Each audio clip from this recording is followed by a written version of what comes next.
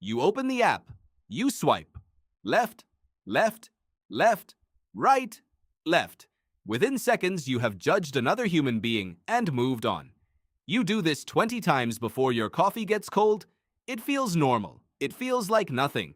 But the real answer for why this feels so exhausting is far stranger than bad luck or bad matches. Your brain was never built for this. Not even close. For almost all of human history, you would never have met more than a few dozen potential partners in your entire life. Think about that for a second. A few dozen, maybe fewer. Anthropologist Helen Fisher has spent decades studying how the human brain responds to romantic choice, and her research keeps circling back to one idea. The brain that falls in love today is built on hardware that is roughly 200,000 years old.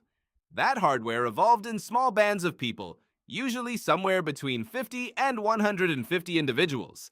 Everyone knew everyone. You grew up watching the same handful of people grow up too. So when it came time to choose a partner, your ancient ancestors were not choosing from millions. They were choosing from a short list. A list shaped by who lived nearby, who your family already trusted, and who you had known your whole life. Now compare that to your phone. Right now, in your pocket, there are more potential partners visible to you in one evening than your great-great-great-grandparents would have encountered across their entire lifetimes. Your brain registers this as opportunity, but underneath, something else is happening, something your ancestors never had to deal with. Psychologist Barry Schwartz calls this the paradox of choice. His research found that when people are given more options, they do not become happier. They become more anxious. They second-guess decisions they have already made. They imagine the better option they might have missed. Now picture applying that to a human being. Every swipe is a tiny rejection or a tiny acceptance, and your brain, the same brain that once had to remember which berries were poisonous and which neighbor might steal your food, is now processing hundreds of these judgments a day. It was not designed for this volume. It was designed for depth, not breadth. Here is where it gets stranger. Fisher's brain imaging studies found something unexpected when she scanned the brains of people using dating apps. The reward circuitry that lit up was not the same circuitry associated with falling in love. It was closer to the circuitry seen in gambling. The anticipation of a match. The uncertainty of the outcome.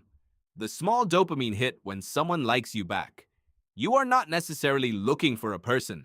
Sometimes your brain is just looking for the next hit of maybe. This is not a character flaw. This is it. This is biology meeting a system biology never anticipated. So why does it still feel personal?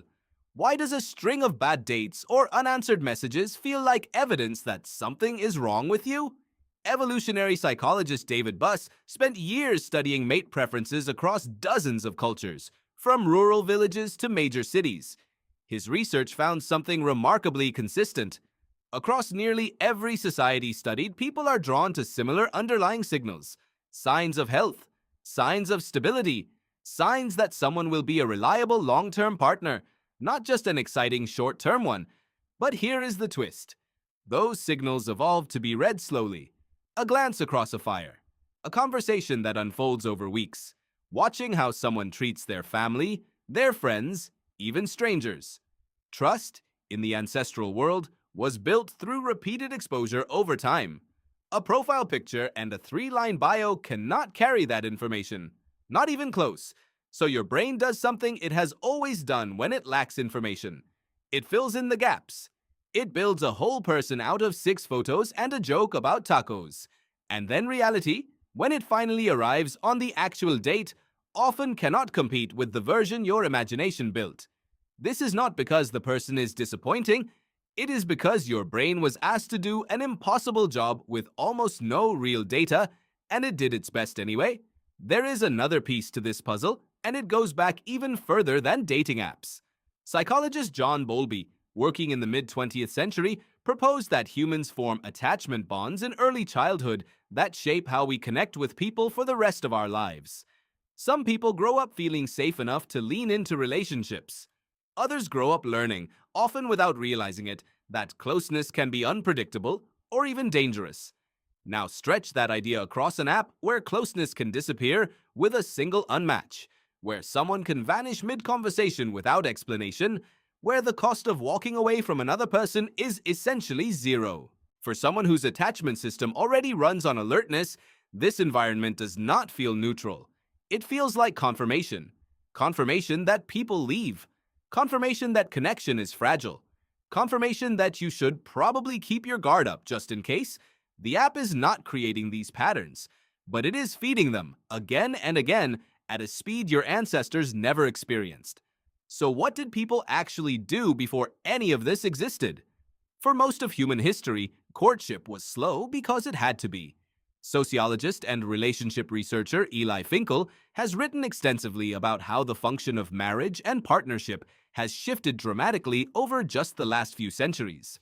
For most of history, partnerships were primarily about survival, shared labor, shared resources, raising children who could help the family endure.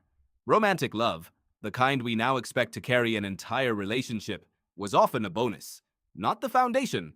It was only relatively recently, historically speaking, that people began expecting a partner to be their best friend, their intellectual equal, their emotional support system, their passionate lover, and their long-term financial partner all in one person. That is an enormous amount of pressure to put on a single relationship. And it is an even more enormous amount of pressure to evaluate from a photo and a bio. Here is the strange part. None of this means modern dating is hopeless. It means the tools have changed faster than the instincts running underneath them. Your nervous system still wants what it always wanted. Time, repetition, small moments that add up. A sense of being truly known, not just matched. The slot machine feeling of swiping is not a sign that you are doing it wrong. It is a sign that your brain is responding exactly the way a 200,000-year-old brain would respond to an environment it was never designed to navigate. Knowing this will not make the swiping stop, but it might change how it feels. The exhaustion is not weakness. The hope you feel before opening a message is not naive. The disappointment after a date that did not match the profile is not proof that you misjudged. It is proof that you are human, running ancient software on a brand new operating system, and somehow still showing up anyway. Tonight, you might open the app again. You might swipe left, left, left, right, left. But this time, you will know exactly what is happening underneath.